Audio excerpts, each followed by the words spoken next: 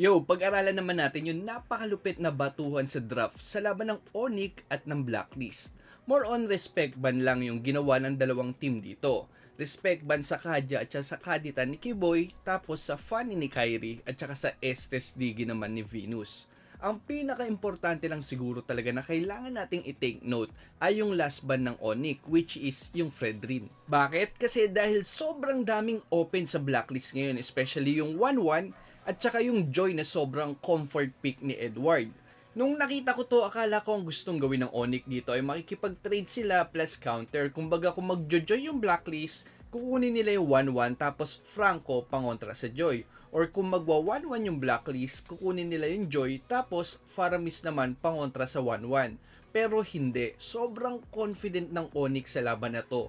Willing silang ibigay parehas yan kasi nung nag 1-1 yung Blacklist, sumagot kagad sila ng Faramis pangontra sa 1-1 tapos Franco if in case na magjo-joy yung Blacklist. Hindi pa napipik yung Joy, na counter na nila kagad. Pero knowing Blacklist, mataas talaga yung mastery nila sa mga hero. Walang counter-counter kaya akala ko ipipik pa rin ng Blacklist yung Joy dito. Pero hindi, handa sa draft yung Blacklist kasi sasagot din sila ng pambait sa Onyx. Pumik kagad sila ng Akay kasi nakaban naman yung Digi, wala nang ka-counter dito. Tapos, pinakita na kagad nila yung Novaria.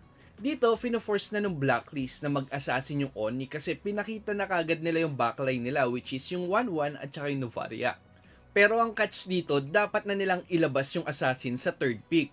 Normally kasi nilalabas yung assassin sa last pick para hindi to makontra. Pero pag ganun yung ginawa ng Onyx, may dalawang ban pa yung Blacklist. Pwede silang mag-ban ng Ling at saka ng Haya. Nakaban na din yung Funny, kaya ang matitira na lang sa assassin ay Lance. Pero naka-Akay yung Blacklist, mahihirapang mag-dash-dash papunta sa backline yung Lance dahil sa Akay. At saka pabor din sa Blacklist na mag-assassin yung Onyx kasi madali itong mai-invadean ng Akay. Tapos yung mid ng Onyx medyo mahirap ding humarang sa invade kasi para Franco lang yan. Pag na-dodge mo yung hook, wala nang gagawin yung Franco. Kaya ngayon, yung Blacklist naman yung nag-a-apply sa pressure sa draft ng Onyx. At na-force na nga yung Onyx na ilabas kagad yung assassin nila, which is yung Ling para mas madaling maabot yung Novaria. Tapos, sasagot yung Onyx ng ban sa hero ni Yue, which is yung Farsa at saka yung Valentina. May dalawang senaryo na gustong gawin yung Onyx dito.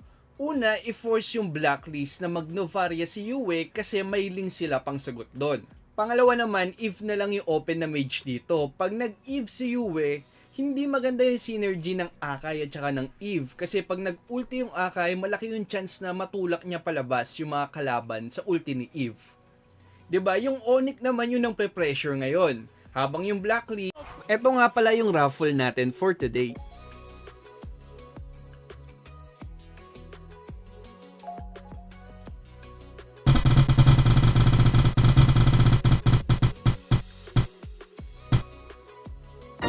Message mo lang yung Facebook page natin para sa premyo mo.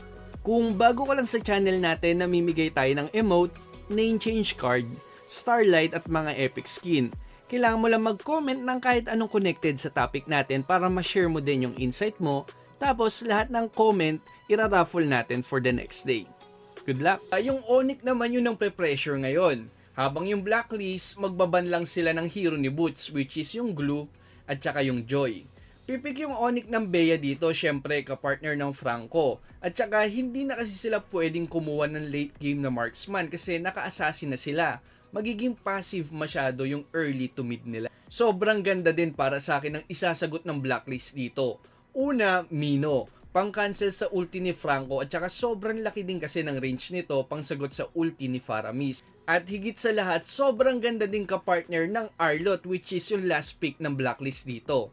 Unlista ka na sa ulti ni Akay tapos unlista ka pa sa ulti ni Mino. Kung clash lang yung pag-uusapan, kahit may Faramis yung Onyx dito, walang ipanglalaban yung Onyx sa lineup ng Blacklist. Pero matalino yung Onyx, imbis na makipagsabayan sa clash, nag-last pick sila ng Uranus na gagawa ng pressure sa side lane para mapilitang magwatak-watak yung Blacklist. Dalawa na ngayon yung pwedeng gumilid sa Onyx which is yung Ling at saka yung Uranus. Sobrang ganda din ng Uranus pick dito kasi hindi naka-burst mage yung Blacklist. Walang kayang mag-burst sa kanya sa early game kahit mapoke siya ng Novaria dito at siya ng Arlot, Babak lang yan, tapos mamaya pagbalik, puno na ulit yung buhay, pwede na mag-cut para mag-react yung blacklist.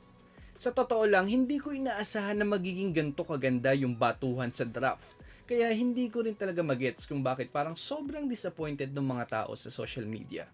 Parehas nilang nakuha yung mga hero na gusto nila, maglalaban na lang talaga sa playstyle at execution na magiging topic naman natin next video. Yun na lang muna sa ngayon, salamat sa panonood.